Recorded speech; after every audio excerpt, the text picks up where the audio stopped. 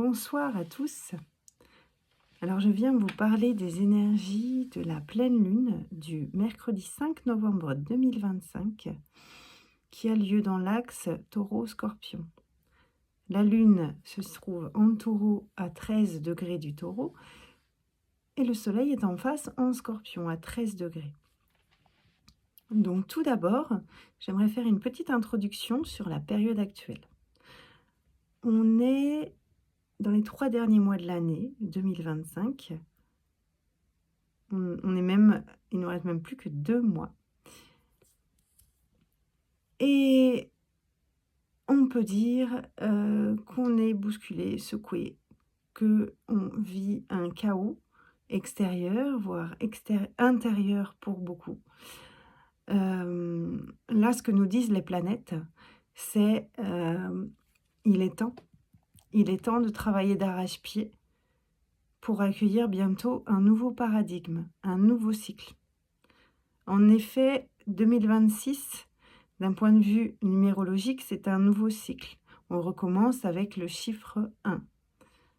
Donc, on termine avec 2025, un cycle de 9 ans. Et également, 2026 en astrologie, toutes les planètes lentes, donc celles qui ont le plus de poids au niveau collectif, qui déterminent un petit peu les énergies dans lesquelles on baigne collectivement, changent de signe et d'élément. Donc c'est un total renouveau qu'on va vivre, qu'on ne peut pas prédire exactement, puisque cela va dépendre aussi du chemin que l'on aura fait d'ici là. Ce qu'on a, et les 2 mois qui nous restent jouent également. Hein. On ne peut pas dire, là, tous les dés sont joués, etc. On est encore en travail, on est encore en chemin. Donc, en tout cas, ce qu'on peut dire, c'est que c'est une toute nouvelle page qui va s'ouvrir avec de grands changements. Quels seront-ils? Cela va dépendre aussi de nous. Alors voilà, les planètes, il y a énormément de mouvements dans le ciel actuellement, énormément de relations entre elles, c'est très riche. Et c'est comme si elles nous disaient, il est temps là que tu travailles d'arrache-pied pour régler tout ce qui n'a pas été justement vu, purifié à la racine chez toi. Et tout ça, on va te le présenter sur un plateau pour que tu le vois et que tu puisses y apporter les modifications nécessaires. Également, ce qui aide à cela, c'est la montée vibratoire.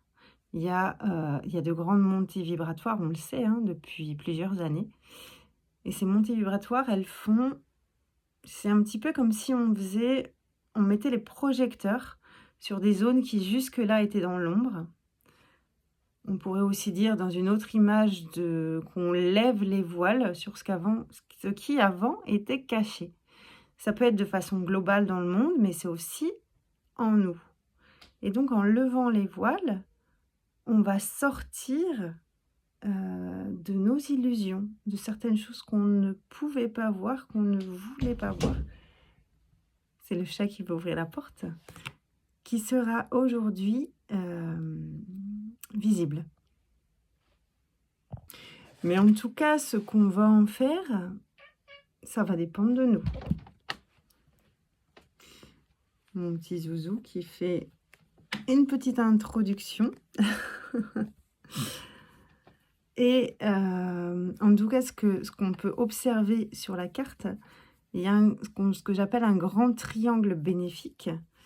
Donc des principales planètes lentes, hein, qui nous drive. Donc on a Pluton, Saturne, Neptune qui sont en conjonction en ce moment, et Uranus. Ils sont donc en grand triangle en connexion positive jusqu'au printemps. D'ailleurs, je parlais du changement qui aura lieu en 2026, mais il va se dessiner progressivement et pour moi, il sera bien visible à partir du printemps. Donc, ces nettoyages, ces recalibrages, ces alignements qu'on vit, Ces planètes lentes, ils travaillent de concert à nous aider à évoluer. Heu et voilà, les fruits, seront visibles à partir du printemps. Donc en attendant, armons-nous de patience, de courage et continuons le travail sur nous. Alors, j'en reviens à ma carte du ciel actuelle. On est en période Scorpion. Donc, quoi de plus approprié que la période Scorpion, ce qui est le signe par excellence de la transformation, hein, de la mort-renaissance, pour faire ce travail, pour aller plonger en profondeur. Le Scorpion, qui est gouverné par la planète Pluton, c'est un petit peu l'idée du rouleau compresseur.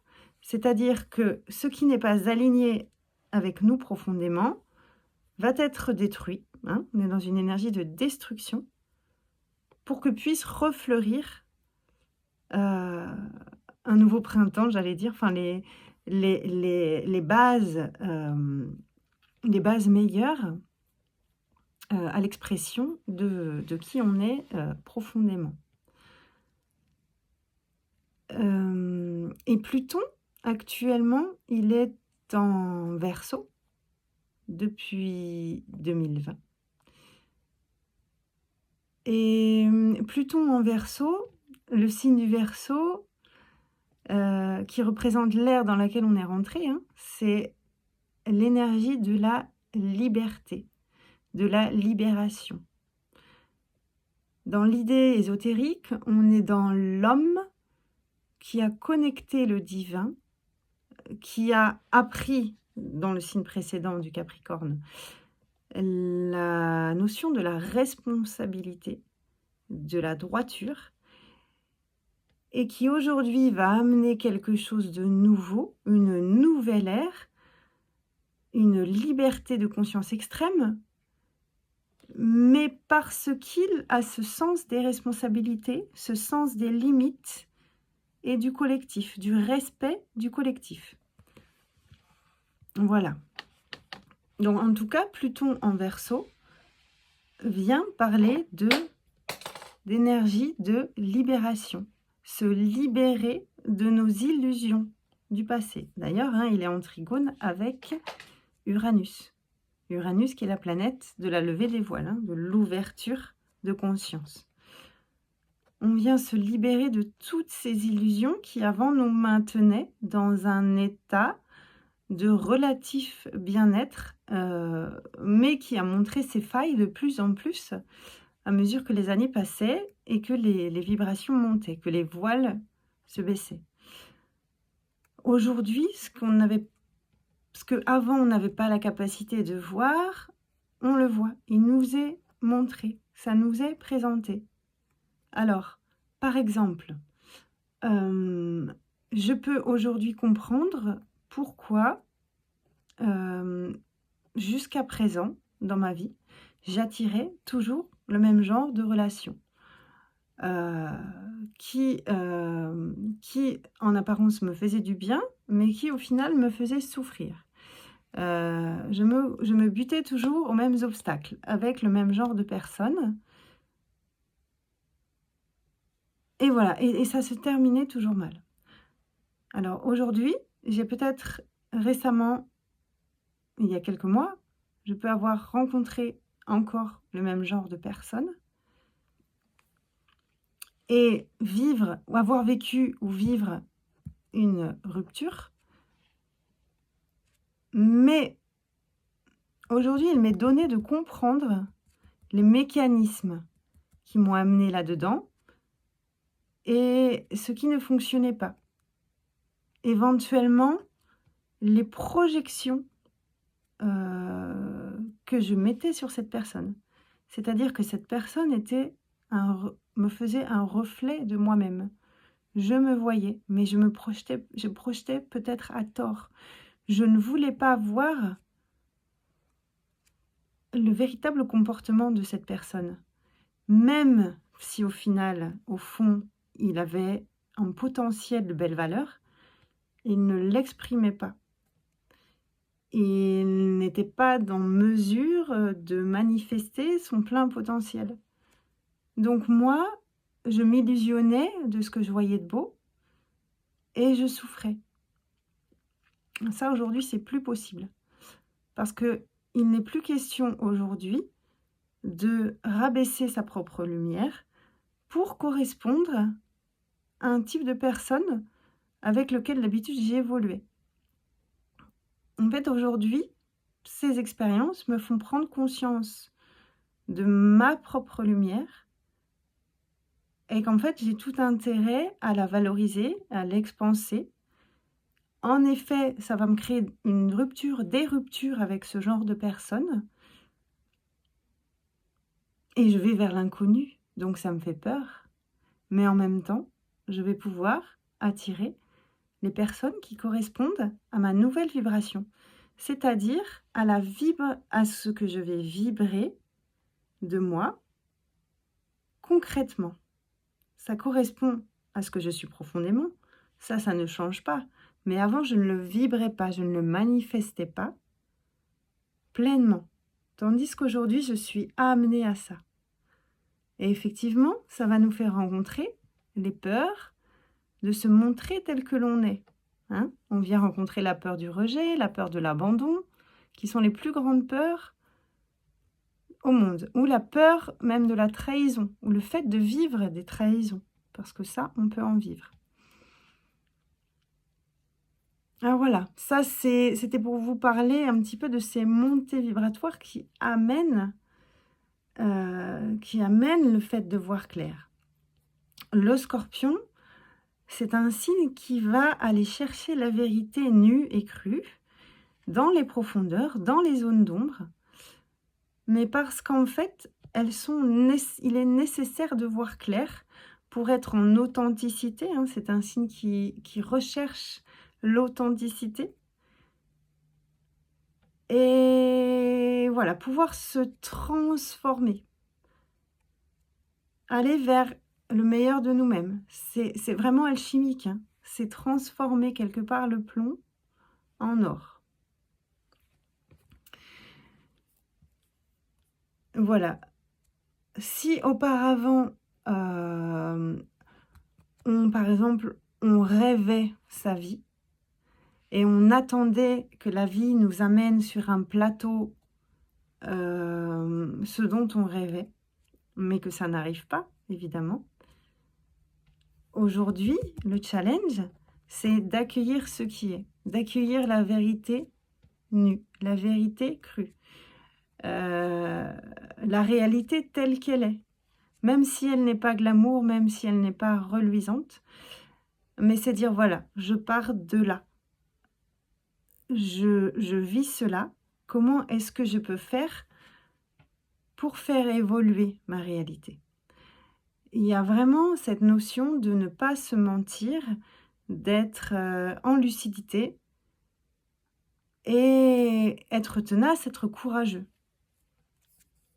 Avec ça, on est dans le côté guerrier du Scorpion, hein. Le Scorpion, il est gouverné par Pluton, mais son deuxième maître, c'est Mars. Et Mars lui donne du courage et de la ténacité. Hein, on dit que c'est le signe d'ailleurs qui résiste à toutes les catastrophes possibles. Parce qu'il sait se réinventer, aller chercher au fond de lui-même la pépite pour la faire ressortir. Voilà. Alors, pour parler de la lune en taureau, la lune, c'est la partie plus intérieure ça symbolise la partie plus intérieure de notre être, notre sensibilité. On parle même de notre âme. Elle est connectée aux vibrations de notre âme, la lune. Avec le taureau, on est dans l'exact complémentaire du scorpion. Si le scorpion nous parle de se détacher des anciens schémas pour aller vers le nouveau, pour se transformer, le taureau, lui, il est dans l'attachement. Il est dans le fait de se sécuriser. C'est un signe de terre, tout en lenteur, qui crée des racines pour créer la sécurité et l'attachement qui sont nécessaires à notre incarnation. Eh bien, cette période, elle va venir nous challenger par rapport à cette notion de sécurité. D'ailleurs, la planète qui gouverne le Taureau, c'est Vénus. Et Vénus, là, elle est à la fin de la Balance et elle va 2 jours après rentrer en Scorpion. Tiens, justement, Vénus en Scorpion. Vénus en Scorpion, elle est mal à l'aise. C'est pas du tout ses zones de plein rayonnement.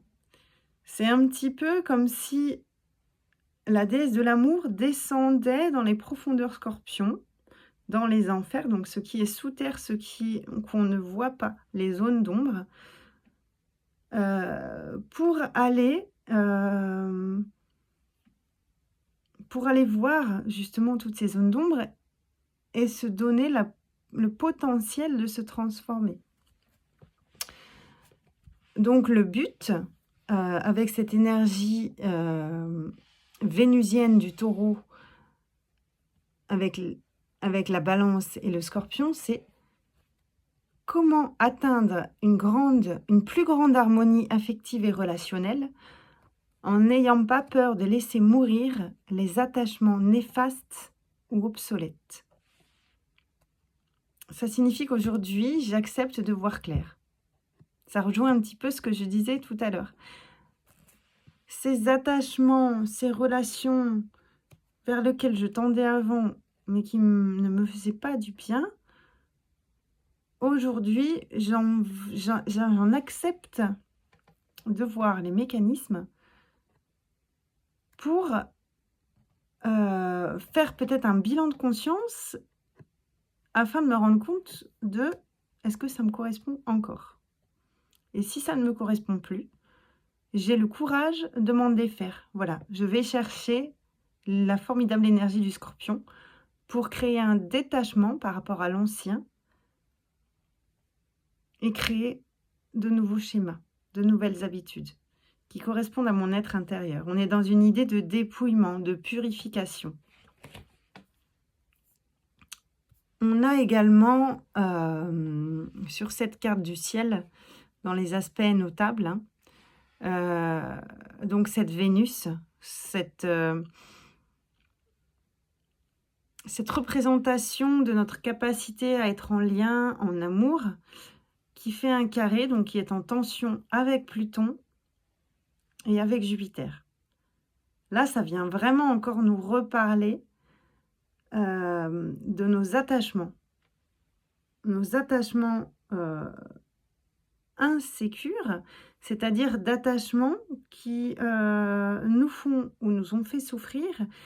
Et vraiment, on en aperçoit tous les aspects, le pourquoi du comment. Et c'est l'opportunité d'évoluer, d'accueillir, de se détacher de cet ancien pour aller vers le nouveau.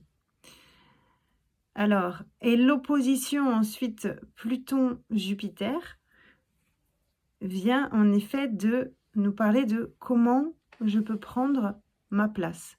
Comment, après certains renoncements affectifs, relationnels, je vais maintenant prendre ma place d'une nouvelle manière, d'une manière plus alignée. J'accueille de souffrir puisque l'expérience dans la vie nous fait en effet souffrir. Tout deuil, toute fin, tout détachement fait souffrir. Mais au-delà de la souffrance, qui est juste un moyen d'expression du cœur de dire au revoir, je vais trouver une nouvelle aube quelque part. C'est-à-dire que si je suis actuellement dans ce travail, dans ce processus d'alchimie, de deuil, je ne peux pas d'ores et déjà être dans ce renouveau, être en bien-être. Il faut que j'arrive à accueillir cette énergie de transition, de détachement, de deuil, et que c'est ce qui est aujourd'hui et c'est ce qui a une raison d'être pour que le renouveau puisse se faire par la suite. Donc voilà, c'est ce que cette pleine lune nous amène, une pleine lune puissante qui est symbolisée par le chiffre 13 d'ailleurs, puisque la lune est en Taureau et le soleil en Scorpion, sont tous les 2 au 13e degré et que le chiffre 13 est relié dans le tarot à l'arcane sans nom, qui est l'arcane de la mort et renaissance. Donc voilà, ici la boucle est bouclée. On est dans un espace liminal d'adieu à l'ancien et d'attente d'un renouveau, mais sans d'attente, c'est-à-dire dans la foi, dans la certitude que ce renouveau va arriver, même si il n'est pas encore présent aujourd'hui. Voilà, c'est, en substance, les informations que j'avais à vous transmettre pour cette pleine lune, qui nous parle vraiment d'accueillir une nouvelle lucidité et d'agir en fonction de cela. Donc ça nous demande bien sûr énormément de foi, de confiance, hem, que la vie va évoluer et va pouvoir évoluer dans notre sens, mais parce qu'on aura fourni les efforts nécessaires à cela. Comme dit l'adage dans la Bible: «Aide-toi et le ciel t'aidera». Voilà, je vous souhaite de belles énergies de pleine lune, en conscience, avec force, foi et que, peut-être si ce que je peux vous souhaiter, c'est que le phénix de l'alchimie vous accompagne dans vos transformations internes. Belle pleine lune à tous.